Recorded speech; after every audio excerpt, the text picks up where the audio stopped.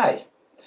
Sorry I haven't been around for a wee while, but the conundrum is when you're busy doing, you're too busy to record. So anyway, happy days. On the business of doing things, the boys and I, that's Jonathan and Blair, are going to a place called Susie Doo, or that's a nickname in Italy, skiing next week, as in Sunday to Sunday.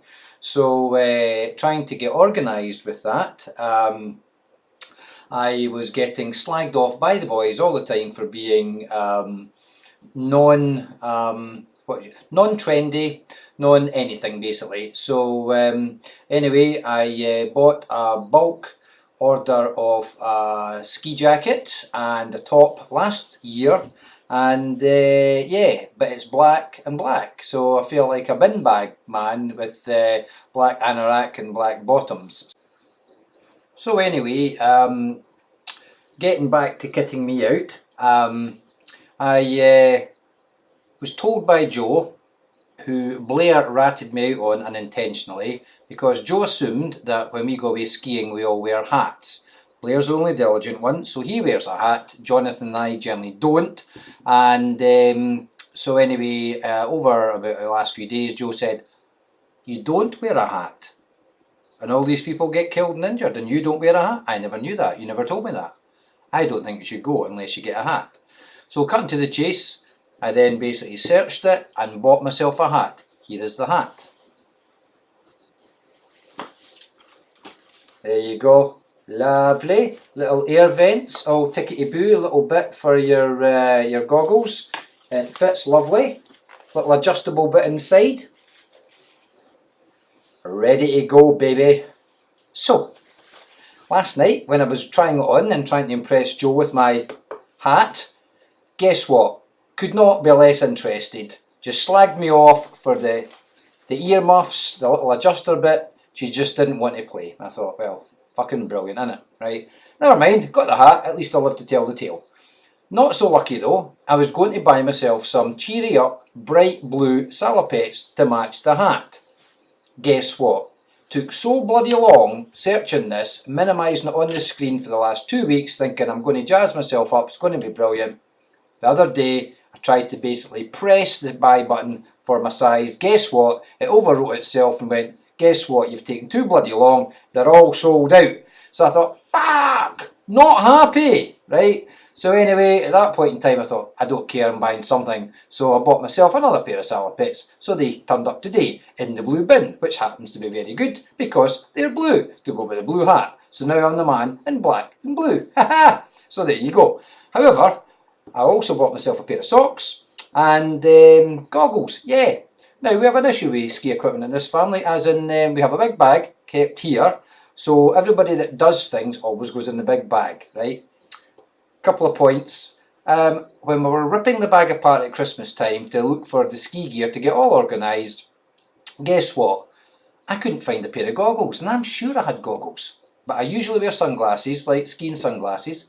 And I went, "Yeah, have I got goggles?" And I'm going, "Boys, have I got goggles?" Jonathan, "I don't know, Dad." Blair went, "Yeah, I think you've got goggles, Dad." And I went, "Yeah, I think I've got goggles too." "Well, where the hell are they?" So we ripped this whole bag apart, could not find them. And then Blair goes, "Oh, no," he never went. I went, "Did you not actually borrow them to give them to a pal of yours?" And he goes, "Oh, so I did." And I says, "Well, why don't you get your lazy arse in gear?" And I went and get my goggles back before they disappear in a puff of snow, right? So anyway, did that. Of course, we are remembering that last year, when we went away skiing, I don't know if I told you this or not, Jonathan basically is never trusted with anything. He was told to return all ski gear into the big bag, right? However, I don't think he did that, but he said he did, and we couldn't remember. So when we went away skiing last year, from the year before, we were breaking out the bag, couldn't find all the equipment, in particular, ski gloves. So we went, "Where's all the ski gloves? Where's the good ski gloves?" "I've got mine," said Blair. I said, "Oh, very good for you. Well, where's Jonathan's? Where's mine, for that matter?" We could find 2 right ski gloves. 2 right ski gloves. And I went, "Well, where's the 2 left ones?" Couldn't find them. So somebody's taken them. No, nobody's taken them. "Jonathan, you've taken them." "No, I've not taken them, Dad." Right. Anyway, a long story short, Blair had to go and spend £60 each of my money, £120, replacing the gloves that we all went away skiing with. Guess what we found when Jonathan was moving out to go down to Leeds? 2 fucking left ski gloves, right? Now we're inundated with ski gloves. Bastard, right? Anyway, never mind. The other thing as well is, like, don't tell Jonathan this, but I packed an extra pair of swimming trunks, because what normally happens is we get there, we say, oh, let's go to the sauna, and Jonathan goes, sauna? Nobody told me we were going to the sauna. Nobody told me we were going to go swimming. I don't have any swimming trunks. Oh well, sorted that out. Anyway, never mind. Anyway, I got organised last year, and when I came back, I thought, you know what, I'm going to buy myself a pair of ski boots, because they always kill your feet if you hire hire ones.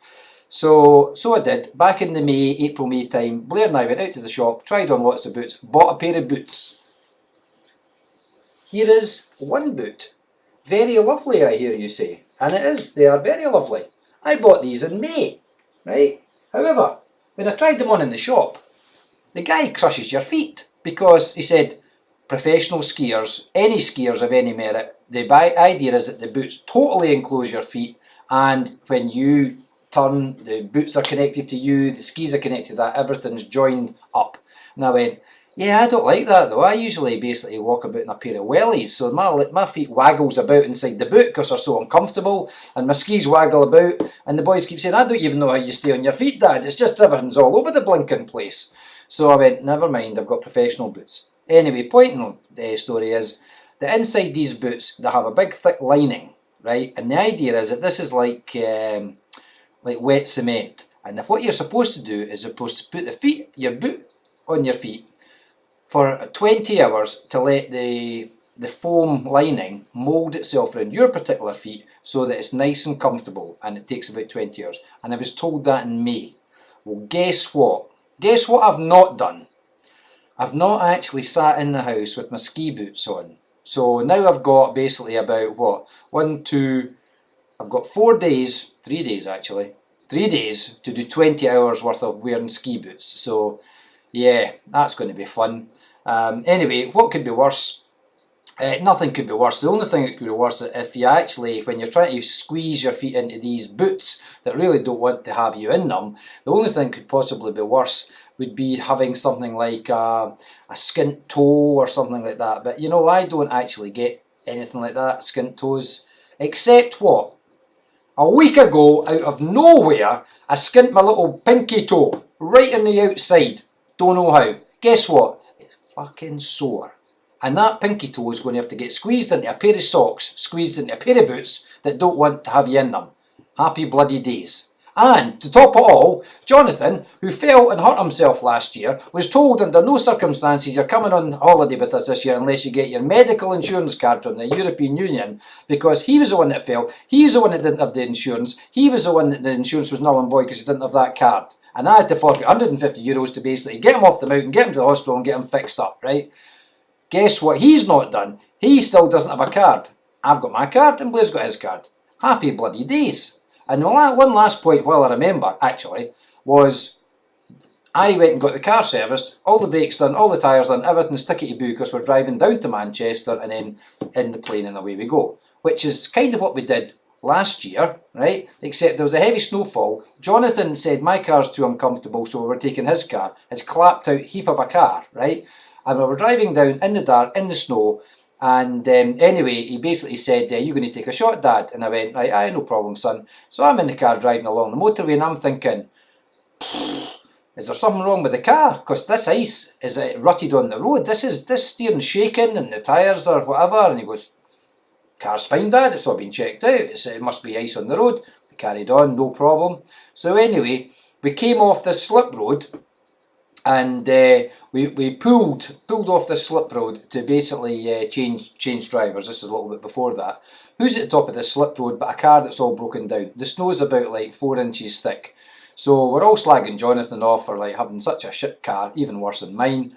Changed drivers. Guess what?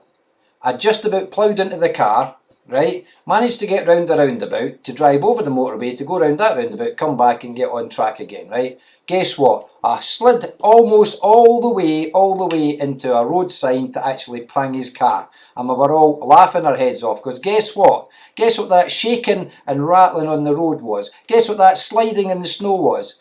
Fucking baldy tyres that were just about ready to be condemned. That's why I was sliding in the snow. That's why we were rutted. And as soon as we knew that, 200 miles from home, with nowhere else to go except down to Manchester, Blair and I are slagging the boy off who just laughed his fucking head off, right? Which, by the way, well, I remember, this is the same boy on the same holiday, but the car that works perfectly, we parked it in the multi-storey car park at Manchester Airport, and guess what? We parked the car, easy peasy, in the plane, easy peasy, parked at Manchester, expensive airport parking, so when we got back at like 3 o'clock on the afternoon, I think it was on a Friday or a working day anyway, we're in the car, we're away before any of the rush hour happens, right? No problem. Plane lands, no problem. Could we find the car? No, we couldn't find the car.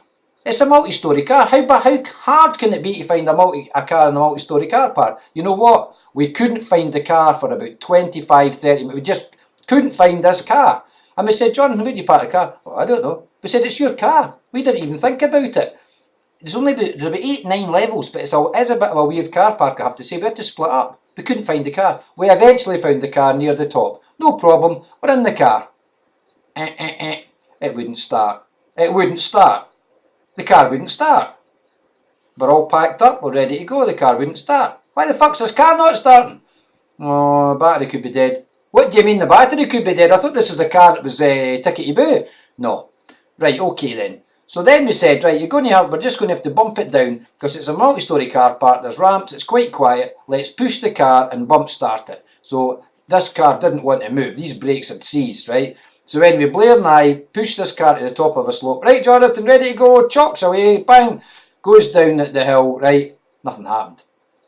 So I said, what happened? He goes like, do you know how to bump start a car? Yeah, of course I do, right. Now we're down the next half ramp, right, bump, bump, bump, nothing happened, right. I went, what are you doing?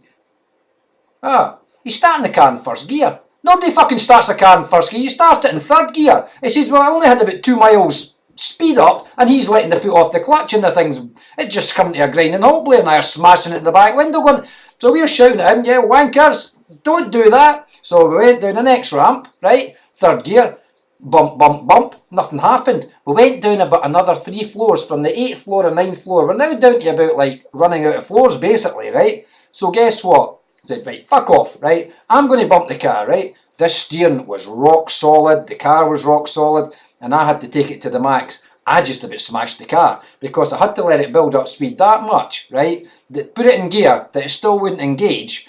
By that time, I'm almost like off the ramp and I'm into the next cars. The steering wheel just wouldn't turn, and I eventually managed to stop the car and turn the car at the same time to avoid the car. It was going to be a smash. I thought, jeez, this is hard work.